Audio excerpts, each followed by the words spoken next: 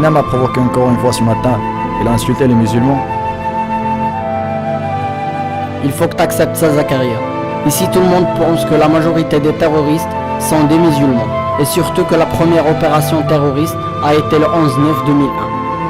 Je te croyais si t'as remplacé la première par la plus connue. Mais tu n'as pas raison.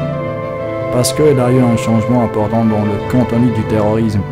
Pendant la Révolution française, qui a été un régime de terreur, au pouvoir et un moyen usage illimité de leurs mains. Les règnes du pouvoir signifient que l'utilisation a été légale, donc le terrorisme n'a pas de religion. Si on parle de l'islam ici, automatiquement la discussion se changera pour parler au sujet de terrorisme. Ça indique que vous ne cherchez pas dans la culture des musulmans. Même d'une manière curieuse, vous croyez aux mensonges des médias qui veulent compliquer la relation entre les musulmans et les occidents. Vous devez chercher ce que cachent vos médias, et le meilleur exemple sont les inventions des musulmans qui sont citées dans le Coran.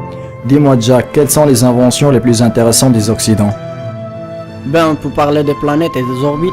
Et qu'est-ce qu'on a trouvé dans ce sens? Je pense que le monde islamique n'a rien trouvé encore à ce propos. Ah, mort de rire, c'est cité dans le Coran depuis des siècles. Mais comment? On sait parfaitement qu'on a découvert ça au XXe siècle. Je me souviens du paragraphe où il y a l'explication de comment ça marche pour l'orbite. En effectuant sa rotation autour du Soleil, la Terre suit une orbite bien précise, de manière à ce que tous les 30 km environ, elle ne dévie que de 1,8 mm. L'orbite que suit la Terre ne change jamais, car même une déviation de 3 mm seulement provoquerait un désastre. Si la déviation était de 2,5 mm au lieu de 2,8 mm, alors son orbite serait plus élevée et nous serions tous gelés. Si la déviation était de 3,1 mm, on brûlerait. On a découvert ça grâce à des recherches en astronomie au XXe siècle. Pourtant, il a été révélé 14 siècles auparavant dans le Coran.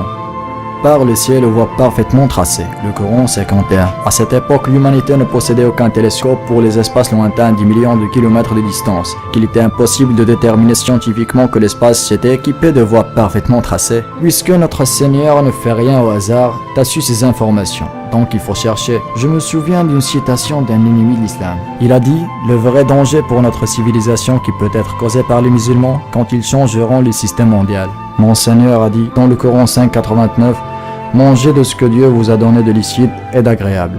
Craignez Dieu en qui vous croyez. Et moi je crois en Dieu et je suis pas terroriste. Ma fierté est ma religion.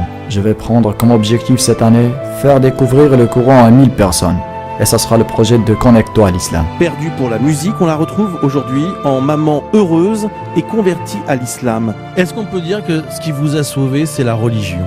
On va dire que c'est venu répondre à toutes les questions que je me posais. J'étais croyante en fait, c'est ce que je raconte. Moi j'ai quand même grandi dans un environnement catholique. Donc, Baptisé, la communion, la confirmation. La totale. J'ai eu tout ce que tout le monde rêvait d'avoir. J'ai eu de l'amour par millions, j'ai eu de l'argent, j'ai eu tout ça. Mais tout d'un coup j'étais pas heureuse en fait. Le bonheur il était pas là. Et c'est vrai que tout d'un coup je me suis tournée vers Dieu et j'ai eu besoin de réponses.